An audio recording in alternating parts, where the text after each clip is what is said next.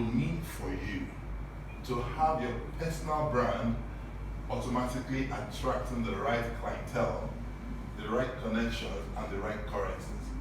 Now let me just break that down a little bit.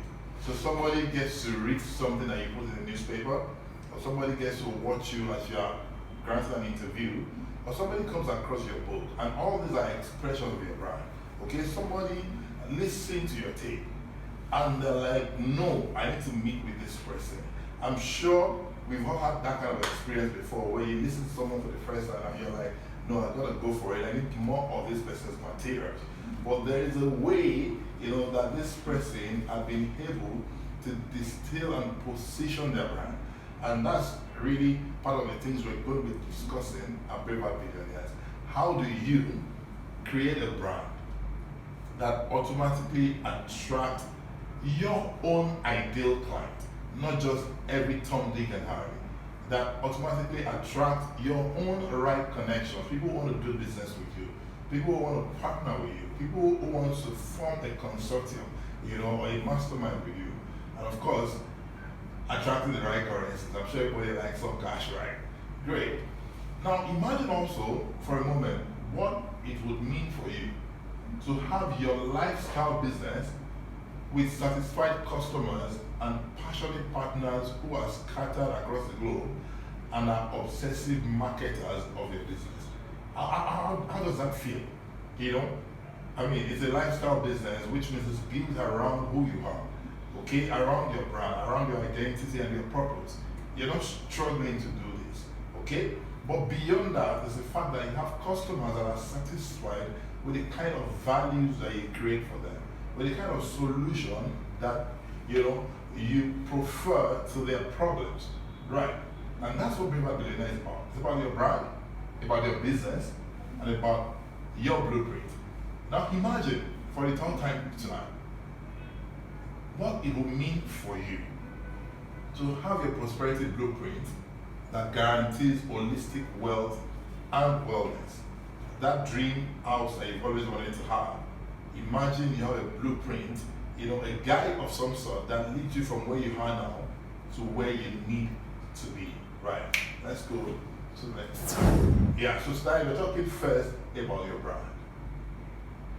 Now you have to go back. What is your brand? Great. I'll just say definition, and then I'll run through what you can expect at Braver Billionaires. What is your brand? When you ask people, neophyte, even professionals, the first thing that comes to mind is a logo, and then some people say it's a symbol, but guess what? A brand is more than a symbol. It is the perception or the emotion that is maintained by somebody other than you. So it is not what you think you are. It is who they think you are. And I'm talking about personal brand because that's really the foundation. It's the building block for whatever you want to do as a business person. People have got to come through you before they can get to your solution. Particularly if you have a lifestyle business. Right. You're into fashion, for instance.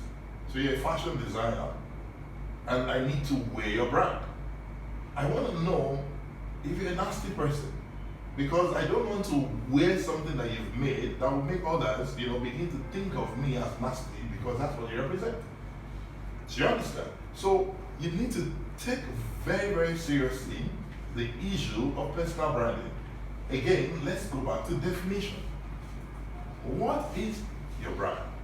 It is the perception that the people that you have a relationship with, which could be a relationship in business, which could be a relationship in your day-to-day living, which definitely could be a relationship with your family members.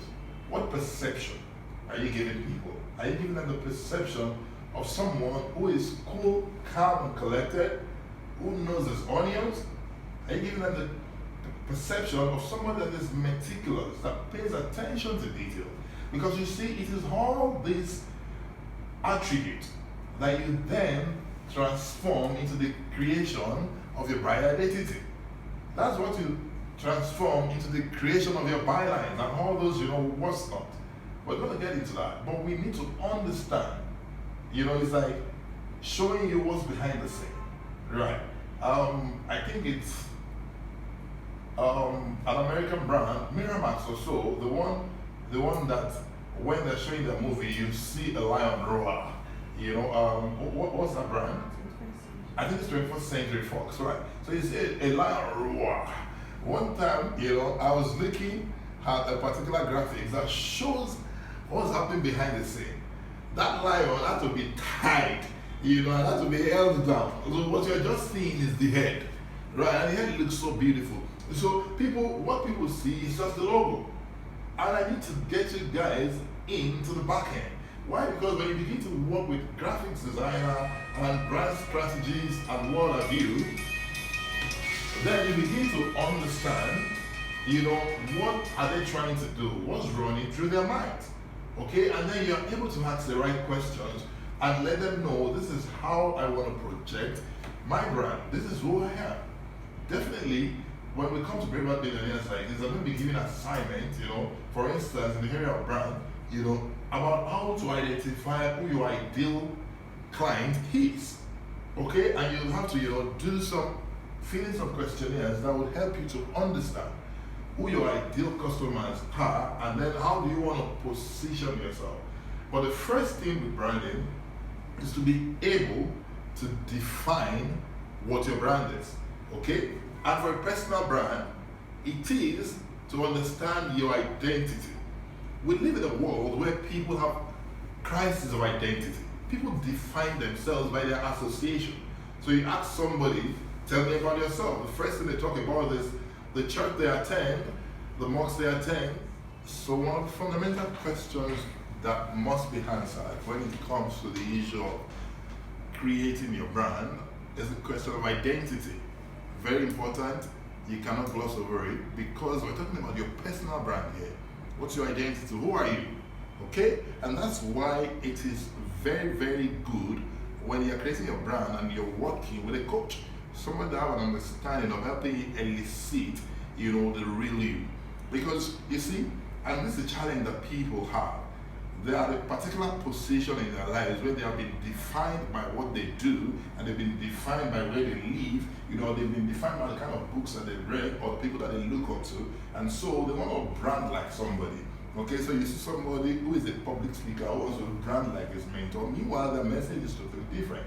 All right, you see somebody who's getting into another kind of business who wants to just do it because of the milieu, the things that he has seen. And maybe he needs to create a brand that is global, but because he's not traveled out before, or because he's not exposed to other cultures, is now, you see this a lot in this part of the world, where even from the name of a business, you hear some people say Ajala & Co. Like, really, what's that? And because you've been shaped by another person that has Benson and Sons. No. Meanwhile, Benson's alone could be a brand that can become global, right? But if you say Benson and Sons, you've already localized that brand. You don't want to do that, okay? So you don't want to be conditioned by the things that are just happening externally. What you want to do is you want to go inside to be able to have clarity about who you are, and then how you want to position based on the people you're going to be having a business relationship with. See, your branding at the end of the day, like I said when I was defining it, it is the perception that the others have. Okay? It is not what you think you are. Right? And you see, for those of us that are Christians, you'll understand this when Jesus was getting the feedback from his disciples. It says, who do men say that I am? Okay, you need to get a feedback of what perception people have in their mind about his identity. Right? He knows who he is. Okay? And that's why he had to tell them at the end of that conversation, or when one of them actually hits the nail on the head, it was like, yeah, you got it. And that's quite special. How did you get that? Right? So when you get to a point of clarity and you begin to build your brand around that, people, when they relate with the logo, with the color, there's just a resonance because this is just so you. Right? Okay, so let's go. Before I do that, let me quickly touch on what are the synonyms, the similar words that help you understand what your brand's about. It talks about your character. Okay, it talks about the quality for which you're known. Right. How many of us know that when you mention certain brands right now, the things that come to mind is one is even more qualitative than another. So let me, for instance, talk about car brands. So I said Mercedes and I said Toyota. Right? An average person will say, oh, the Mercedes brand is superior. Okay, but we're not even talking about, analyzing and comparing now, but it's just that that's the attribute, even the Mercedes logo, even the Mercedes design, right? Because while they were defining the identity of a Mercedes, these are some of the things that they had in mind, a superior brand. Are we together? The performance may not even be as good as the other brand, okay? And in some cases, the other brand is not thinking of performance, it's not thinking of superiority, it's thinking of utility, right? Okay? So, yeah, let's just, species, right? This speaks to the root. What species are you in your industry? Okay? Are you of the low class? Talking about class. What grade? That still talks, to the issue of brand. Let's go to the next one. Now, I will quickly touch on your business. So one of the fundamental questions that must be answered when it comes to the issue of creating your brand is the question of identity. Very important. You cannot gloss over it because we're talking about your personal brand here. What's your identity? Who are you? Okay? And that's why it is very, very good when you're creating your brand and you're working with a coach, someone that have an understanding of helping you elicit, the real you. Because you see, and this is a challenge that people have. They are at a particular position in their lives where they have been defined by what they do, and they've been defined by where they live. They've been defined by the kind of books that they read or the people that they look up to, and so they want to brand like somebody. Okay, so you see somebody who is a public speaker who wants to brand like his mentor. Meanwhile, their message is totally different. All right, you see somebody who's getting into another kind of business who wants to just do it because of the milieu, the things that he has seen. And maybe he needs to create a brand that is global, but because he's not traveled out before, or because he's not exposed to other cultures, is now, you see this a lot in this part of the world, where even from the name of a business, you hear some people say Ajala and Co. Like, really, what's that? And because you've been shaped by another person that has Benson and Sons. No. Meanwhile, Benson's alone could be a brand that can become global, right? But if you say Benson and Sons, you've already localized that brand. You don't want to do that, okay? So you don't want to be conditioned by the things that are just happening externally. What you want to do is you want to go inside to be able to have clarity about who you are, and then how you want to position based on the people you're going to be having a business relationship with. See, your branding at the end of the day, like I said when I was defining it, it is the perception that the others have. Okay? It is not what you think you are. Right? And you see, for those of us that are Christians, you'll understand this when Jesus was getting the feedback from his disciples. It says, who do men say that I am? Okay, you need to get a feedback of what perception people have in their mind about his identity. Right? He knows who he is. Okay? And that's why he had to tell them at the end of that conversation, or when one of them actually hits the nail on the head, it was like, yeah, you got it. And that's quite special. How did you get that? Right? So when you get to a point of clarity and you begin to build your brand around that, people, when they relate with the logo, with the color, there's just a resonance because this is just so you. Right? Okay, so let's go. Before I do that, let me quickly touch on what are the synonyms, the similar words that help you understand what your brand is about. It talks about your character. Okay, it talks about the quality for which you're known. Right? How many of us know that when you mention certain brands right now, the things that come to mind is one is even more qualitative than another.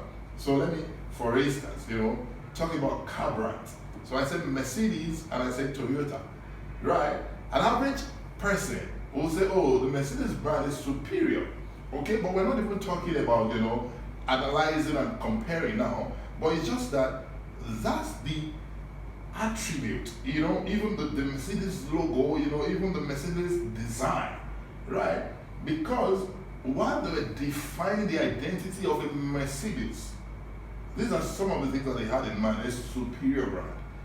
Are we together? The performance may not even be as good as the other brand, okay? And in some cases, the other brand is not thinking of performance, it's not thinking of superiority, it's thinking of utility, right? Okay? So, yeah, let's just, species, right? This speaks to the root. What species are you in your industry? Okay? Are you of the low class? Talking about class. What grade? That still talks, to the issue of brand.